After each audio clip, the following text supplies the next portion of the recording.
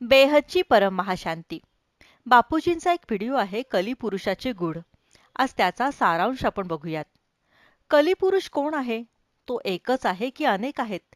आणि तो फक्त कलियुगात असतो की प्रत्येक युगचक्रात असतो? शास्त्र सांगते कलिपुरुषाचं सृजन ब्रह्माद्वारे झालं. ब्रह्मा सृजन करतो, विष्णू पालना करतो आणि शंकर संहार करतो. पण जेव्हा ब्रह्माच्या अंतःकरणात नकारात्मकता निर्माण झाली, त्या नकारात्मकतेतूनच कलिपुरुष प्रकट झाला.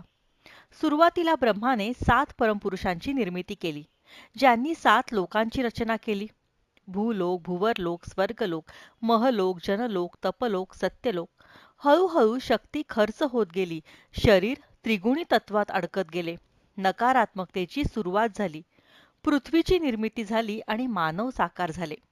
तेव्हा ब्रह्माच्या अंतःकरणातील नकारात्मकतेतूनच कलिपुरुष जन्माला आला.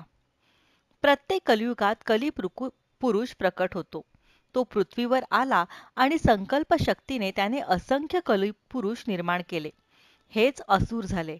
काम, क्रोध, लोभ, मोह, अहंकार यांनी भरलेले. त्यामुळे देव असुर संघर्ष सुरू झाला. कलियुगाचं वैशिष्ट्य म्हणजे कलिपुरुषाचं राज्य. कारण त्याने वायुमंडळ तमोप्रधान बनवलं. देव, गंधर्व, यक्ष, किन्नर सगळे त्याच्या प्रभावाखाली कलियुगी बनले. पण जेव्हा धर्माची हानी होते तेव्हा विष्णू अवतार घेतात. यदा यदा हि धर्मस्य ग्लानिर्भवती भारत, हे वचन खऱ्या अर्थाने कलिपुरुषाच्या काळात साकार होते. विष्णू अवतार घेऊन असुरांचा संहार करतात. प्रत्येक अर्धप्रलयानंतर कलिपुरुष पाताळलोकात जातो. 7 पाताळलोक अतल, वितल, सुतल, तलातल, महातल, रसातल, पाताळ हे सर्व असुरांनी निर्माण केले. त्याहून खाली आहेत 55 कोटी नरक. कलियुग संपल्यावर शंकर आपला तिसरा नेत्र उघडतात आणि अग्नितांडव करतात. पृथ्वीवरील तमोप्रधानता नष्ट होते. असुर खाली पाताळ लोकात जातात. कल्पप्रलयात संपूर्ण त्रैलोक्य सूर्याच्या अग्नीत भस्म होते.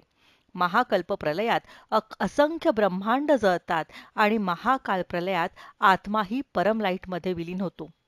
हे लक्षात ठेवा, आत्म्याचा नाश कधीच होत नाही. कलिपुरुषाचाही आत्मा महाकाल प्रलयापर्यंत नाश पावत नाही. निष्कर्ष हाच, कलिपुरुष हा ब्रह्माद्वारे निर्माण झाला. त्याचा आत्मा शाश्वत आहे, पण प्रत्येक युगचक्रात त्याचा प्रभाव असतोच. तो म्हणजे अज्ञान, अधर्म, तमोप्रधानता आणि असुरी वृत्तीचं मूळ. परमशांती.